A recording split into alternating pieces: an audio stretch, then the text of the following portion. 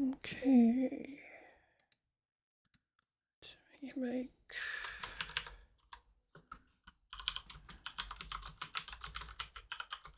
a video.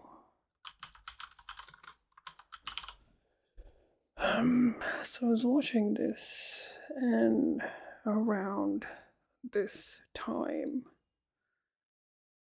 this is a quote. This is by Damon T. Berry. He was on Fade to Black, a radio show. And he says this: UFOs are always connected to the end of every world, meaning the every human civilization has a beginning and an end. And when the UFOs show up, UFOs are always connected to the end of every world. I thought that was important. I've heard this kind of idea kind of expressed elsewhere on Twitter or X.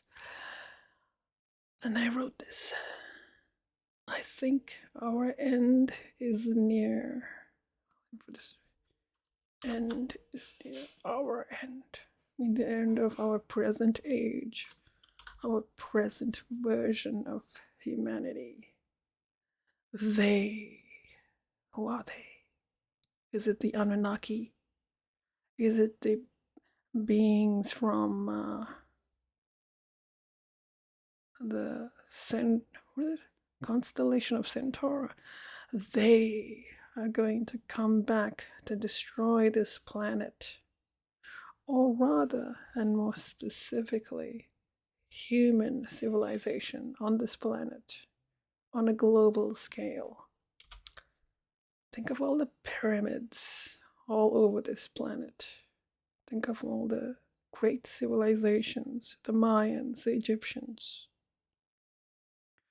This is going to be another great reset and great harvest. I'll go into the harvesting.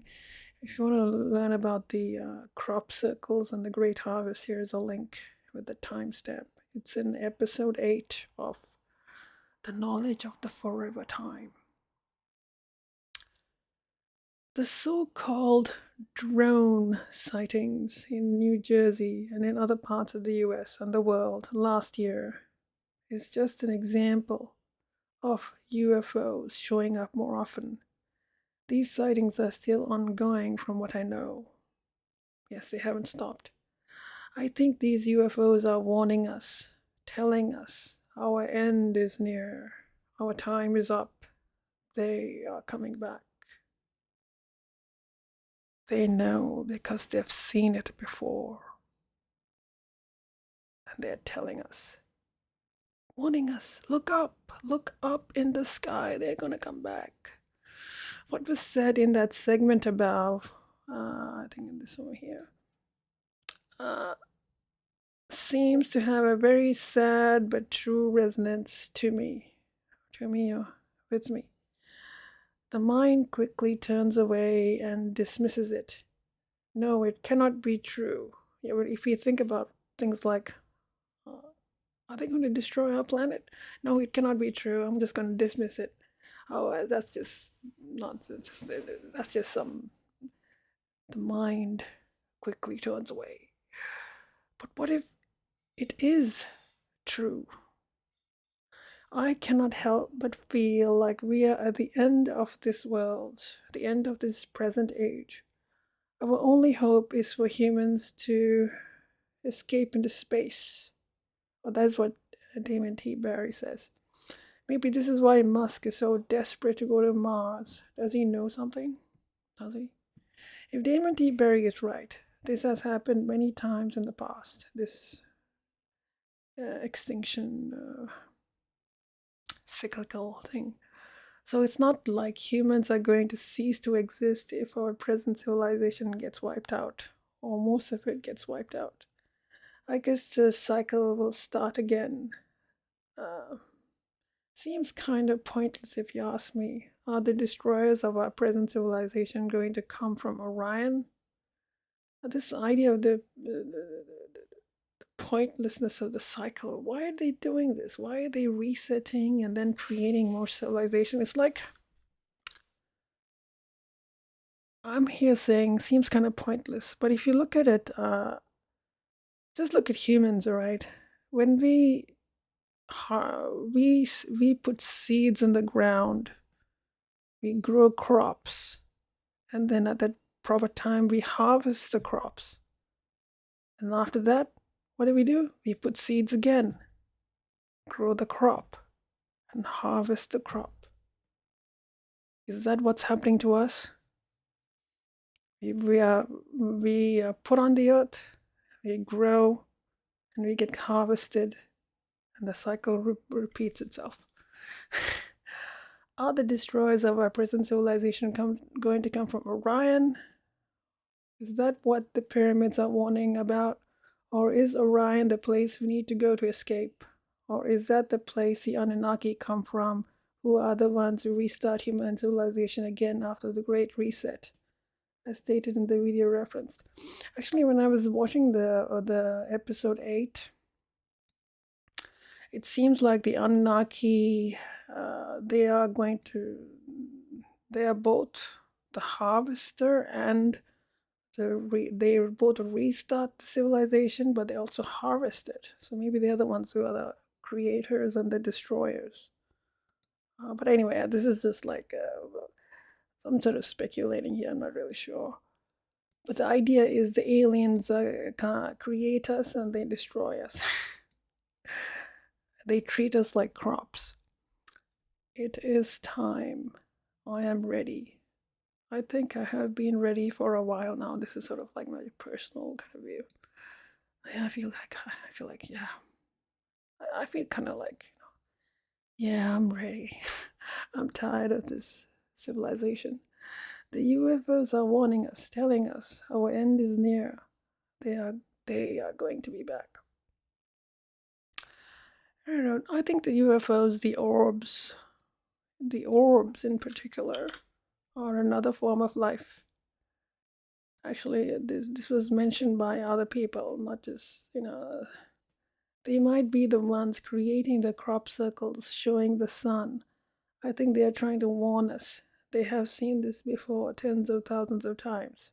It's possible this is what's happening. I'm not saying I know this for a fact. I'm just trying to put the pieces together. I think the craft, the sources, triangles, are human technology, either from black programs in human militaries or from past human civilizations, the star people. And the orbs are another life form native to Earth. As a noted physicist made a tweet to this effect, saying the orbs are a life form. Here's a link to the tweet. So the orbs could be telling us this, trying to warn us, maybe using the crop circles to convey messages as best they can. Interspecies communication. How does one species, one life form, communicate to another life form? Using geometrical shapes on crop circles. That's the multi-level communication. You see that Damon T. Berry goes into that, like how the crops, like the geometric shapes represent technology, and the crops have a meaning. It's like there are several layers to the communication, right? Like, anyway, you should see the video. He explains it very well. I want to expand upon the idea of the pointlessness of creating human civilizations and destroying them over and over again.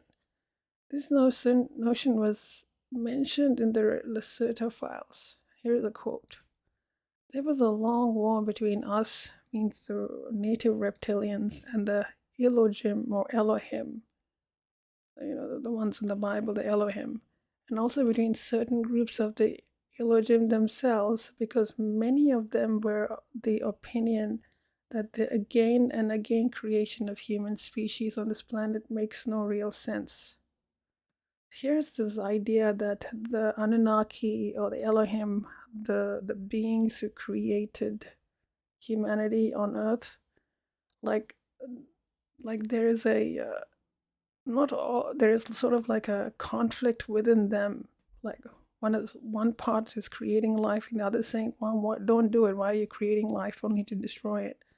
So I want to convey the idea that the creators of life, if that is the case, and there's a lot of evidence pointing in that direction, they are not in full agreement. They have conflict between themselves. As you can see, our creators, human-looking Nordic ETs, are in conflict within themselves about creating humans again. There is some pretty good information here about our purported history. The veracity of this information is disputed, which is I'm talking about the Lesotho files. Some people dispute it, but I find it credible. The deep state cabal intelligence agencies can be expected to discredit any information that has truth to it. So I'm not going to dismiss this info. It might have truth to it. It may very well be true. I feel it has truth to it. Then I wrote this. The great harvest is upon us. Let it be. Let it be. I am ready. As I raise my hands up in the air, in my mind, close my eyes, and open. They are here. Dramatic ending for effect. And here's the link to the segment on the crop circle, to the timestamp. So, yeah.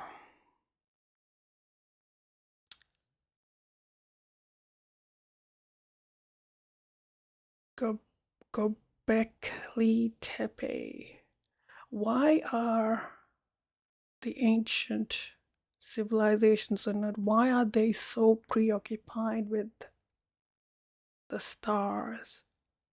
Why are the Egyptians, the Sumerians, the Babylonians, why the Mayans, why are these people so preoccupied with mapping the stars? That's a question, Damon T. Berry asked. Why are these civilizations so obsessed with it?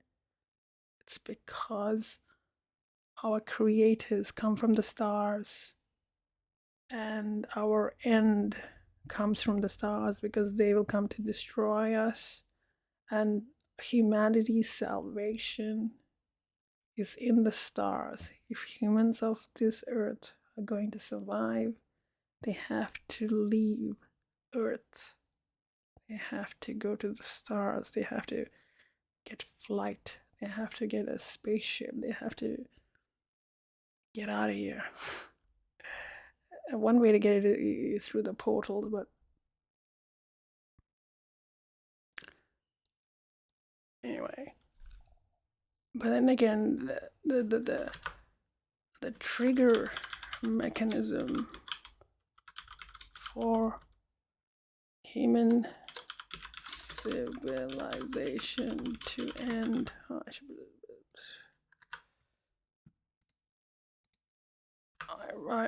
Ironically, is technology. When our technology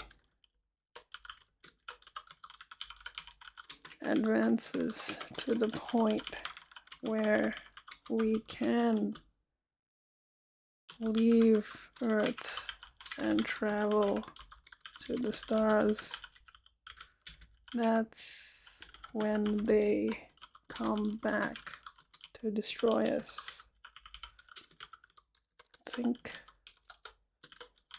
of the Tower of Babel. Some people say the Tower of Babel was a spaceport, and when God found that humans had made the Tower of Babel, he destroyed it.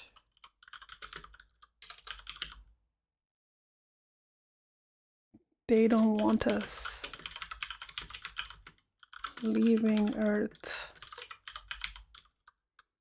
Maybe they're afraid that we're very warlike, and we will bring war to the heaven, which is where they live, and maybe they want to confine us to Earth.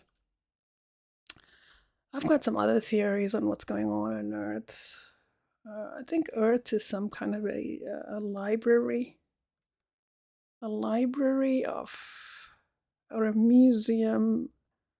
It's like a repository where of information on how to create technology. Because once look at where we're headed. We're headed to AI. Some of these UFOs are described as being conscious biological machines. Now, what if these conscious biological machines are self-replicating? And if you're a species that has developed a technology, an artificial intelligence that can replicate itself, that means you don't need anyone to maintain it. The UFOs can replicate themselves. They don't need anyone to maintain them. So, and basically, it's like at that point, it's like someone having an iPhone. You know, I can use an iPhone. I don't need to know how the iPhone is made, how it runs. I just use it. So what if civilizations develops to the point where artificial intelligence creates and sustains the infrastructure, the technology, and the people, the humans, they just use the technology, but they don't know how it works.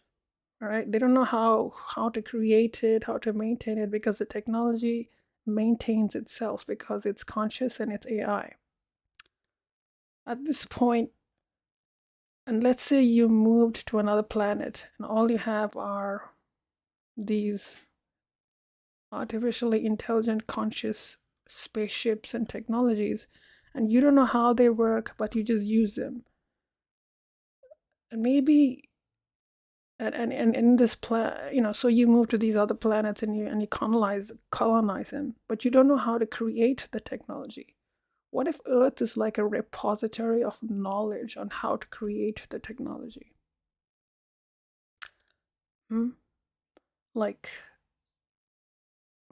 maybe that's what's going on here. Maybe that's why we have linear time. Maybe that's because Earth is a school, a library on how to create technology from the basic building blocks to create AI and all these other and maybe these humans in the past created this advanced technology and they went out into the cosmos and they left Earth as some kind of a living library on how, contains the basics of how to do things, whereas they just go out and they just use their technology, right?